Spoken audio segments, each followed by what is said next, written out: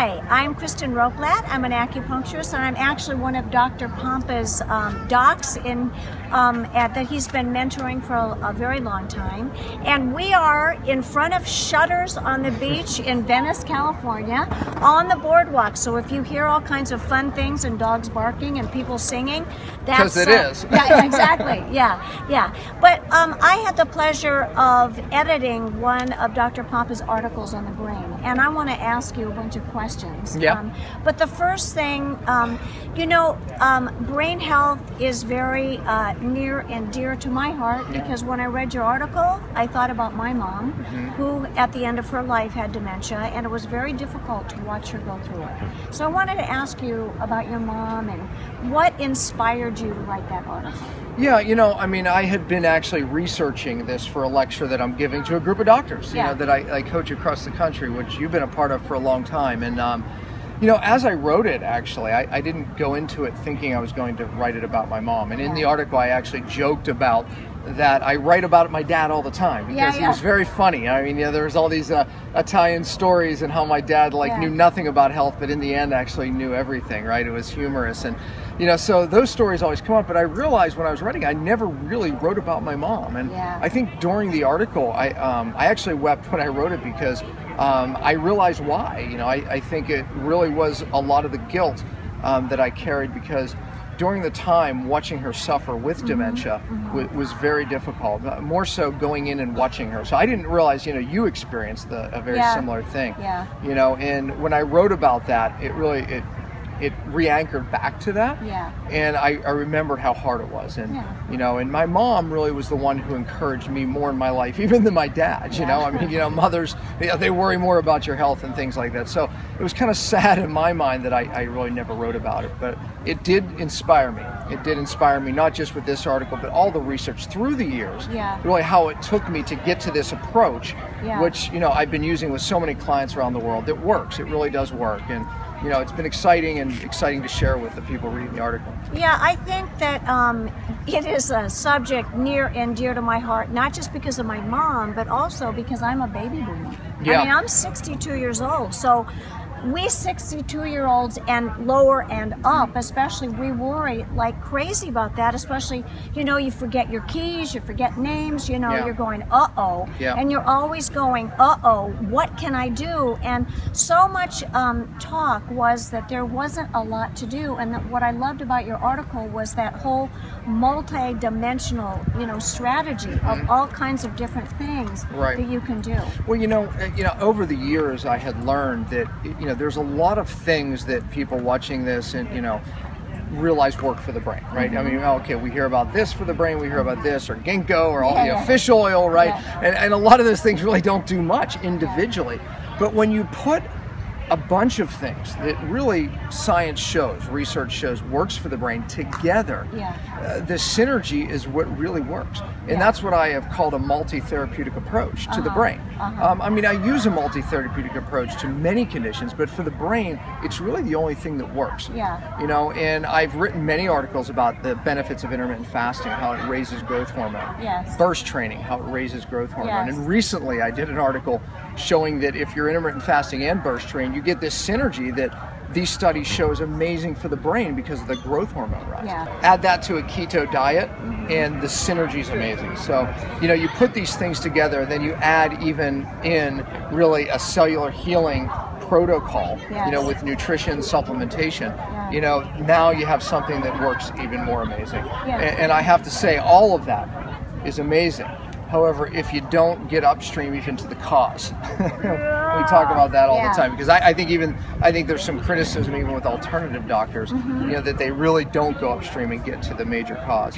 And with this, obviously it's inflammation, inflammation of the brain, inflammation of the cells, but really we have to ask this question, what's causing inflammation? I can say that when I went on the keto diet, I really did see major changes in my memory. And, I have to tell you, but the biggest thing that has helped me is not just the cellular healing diet or the keto diet or dealing with all kinds of things that are happening inside the cell, but it is for me personally going upstream, because the accumulation of mercury and lead in my body was gigantic, and I can tell you definitely if I hadn't learned that from you and what to do and all the steps to do it in a safe way, I would be, I swear, in a, you know, nursing home drooling by the time I was 70, because my brain was starting to go, and now I feel really vital. Well, you know, I mean, when you hit your, I was going to say 60s, but I think it happens in people in the 50s now. Oh, 100%. You know, and that's why by the time they get to 60,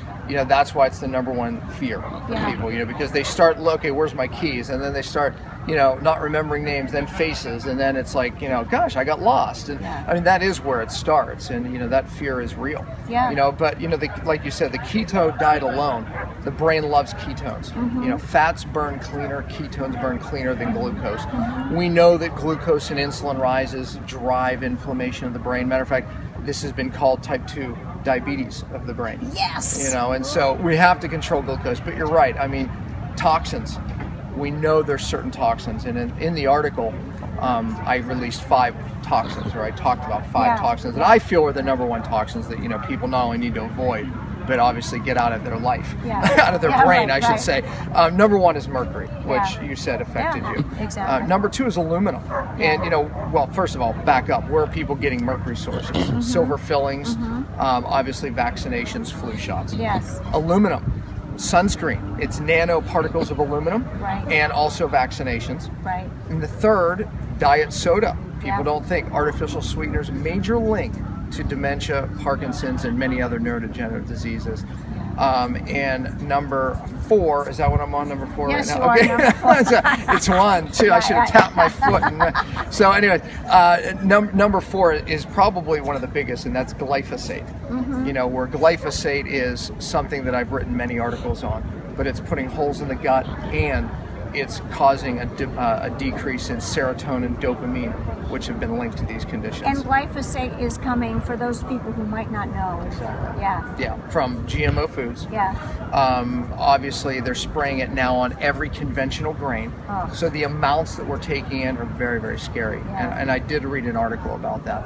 And the last one is mold, biotoxins, which, you know, have affected so many people, and it destroys the brain. And matter of fact, many people end up getting diagnosed with things like Parkinson's when it's not. I had a good friend that happened to. Really? You know. Yeah. And, you know, and what happened was it was the mold exposure. Oh, Does look like Parkinson's. A lot of people go around, you know, thinking they have Parkinson's with a diagnosis, and really it's a mold exposure. So those 5 are big.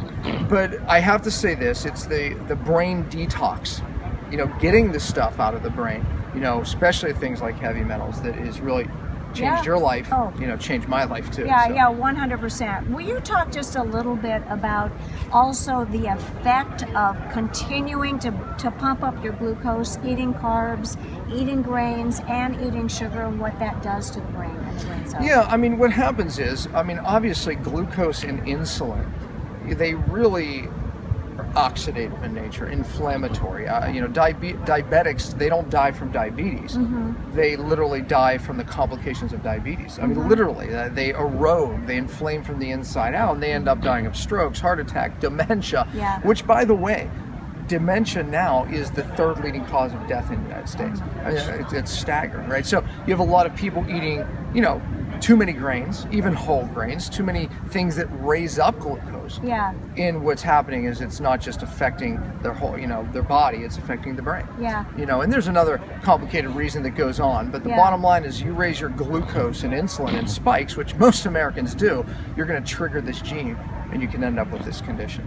Well, the thing that I love about this article so much, Dr. Pompa, I remember about 3 or 4 years ago, there was a friend of mine, a young friend, and she freaked out because she read an article about, you know, Alzheimer's is rising, and she knew my age. She's like 30 years younger. And so, you know, she sent me all these articles and radio programs, and they're so negative because they don't give people hope, and they also don't give people things to do. And that's what I loved about your article. There's so many links and so many things to do. You know, I mean, you have to do them.